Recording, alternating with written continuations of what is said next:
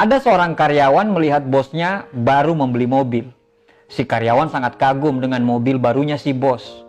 Dia berkata, "Wah, keren banget ya mobilnya bos. Gile, cakep banget."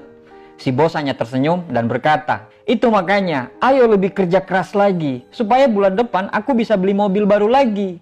Kamu jangan malas. Kalau kamu malas, impianku nanti nggak bisa terwujud." Kadang kita terlalu asik bekerja untuk orang dan mewujudkan mimpi-mimpi orang tersebut. Sampai kita lupa bahwa kita juga punya mimpi.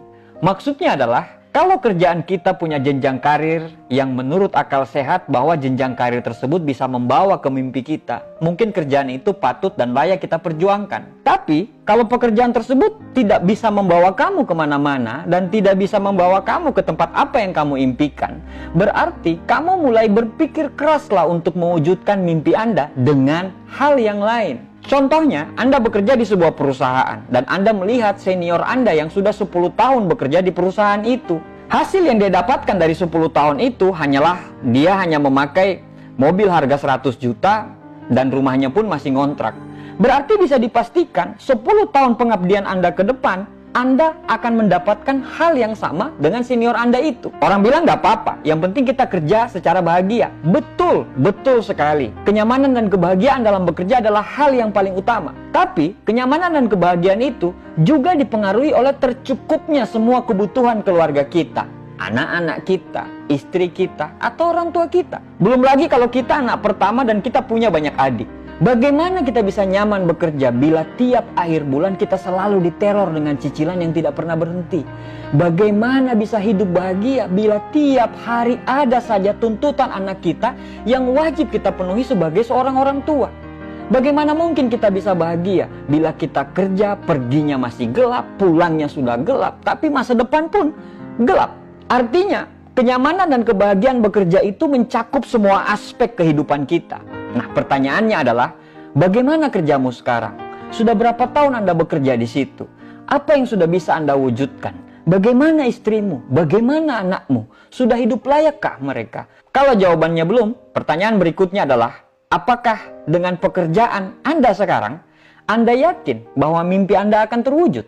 Kalau jawabannya ya, berarti teruskan dan jangan berhenti. Selesaikan apa yang sudah Anda mulai.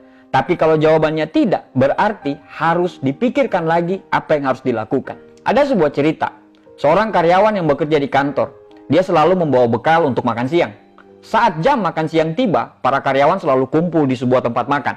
Si karyawan yang membawa bekal tadi membuka bekalnya dengan muka cemberut. Dia berkata, "Ya, roti coklat lagi, roti coklat lagi." Keesokan harinya, saat makan siang, dia buka lagi bekalnya dan kembali dia cemberut dan lagi-lagi dia berkata, "Ya, roti coklat lagi, roti coklat lagi." Besoknya, dia tetap melakukan hal yang sama. Dia kembali cemberut dan dia mengatakan, "Ya, roti coklat lagi, roti coklat lagi." Salah satu temannya tentu sangat sebel mendengarnya. Saat dia cemberut dan mengatakan hal yang sama, "Ya, roti coklat lagi, roti coklat lagi." Temannya langsung menyanggah, "Diganti dong, daripada kamu mengeluh terus, kasih tahu sama yang buat, suruh dia ganti." "Siapa sih yang buat?" kata temannya tadi. Dan dia menjawab, "Saya sendiri yang buat." Ilustrasi tadi sebenarnya banyak terjadi di masyarakat kita sekarang. Kita selalu mengeluh dengan hidup kita, tapi kita tidak pernah sama sekali mau merubah hidup itu. Kita selalu mengeluhkan penghasilan kita tidak pernah cukup, tapi kita tidak pernah berpikir bagaimana supaya penghasilan kita bisa cukup. Kita selalu mengeluhkan tentang perilaku bos kita yang suka sewenang-wenang, kadang sampai melanggar hak asasi kita sebagai seorang manusia. Di kantor kita patuh dengan dia, walau kadang-kadang kata-kata yang keluar semua kebun binatang.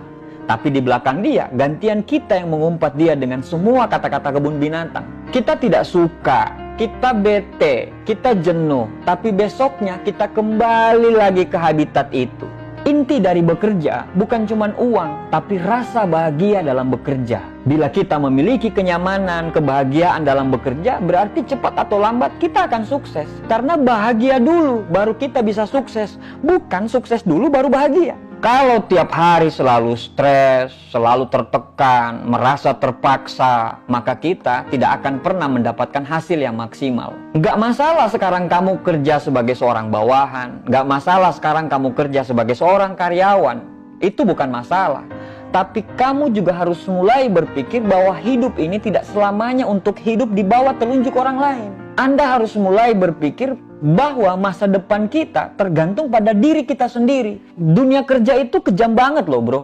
Kesetiaan dan loyalitas tidak akan ada artinya saat karyawan yang lain muncul dan dia lebih berkompeten daripada kita. Kita pasti akan ditinggalkan. Saatnya Anda sudah mulai berpikir bahwa lebih baik menjadi raja di kerajaan kecil daripada menjadi panglima di kerajaan besar. Saatnya kamu mulai berpikir bahwa harus punya keranjang penghasilan baru.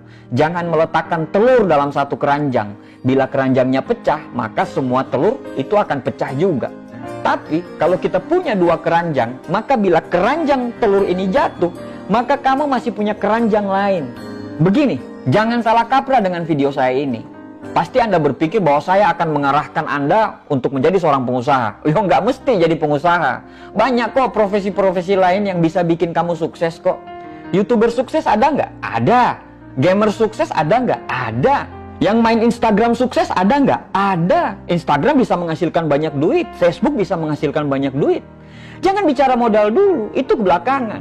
Bukan persoalan bisa atau tidak bisa. Tapi persoalannya adalah Anda mau atau tidak mau. Di mana ada kemauan, di situ pasti ada jalan. Oke Pak, terus apa yang harus saya lakukan? Mulailah melihat dunia luar di luar kehidupan Anda. Mulailah mencari peluang-peluang usaha yang bisa Anda rintis dari nol. Orang sukses punya 1001 macam cara untuk sukses. Sedangkan orang gagal punya 1001 macam alasan untuk gagal. Bro, hidup ini cuma satu kali. Satu kali itu harus berarti bagi kita dan keluarga kita di dunia maupun di akhirat. Apapun latar belakang Anda, apapun profesi Anda sekarang, Anda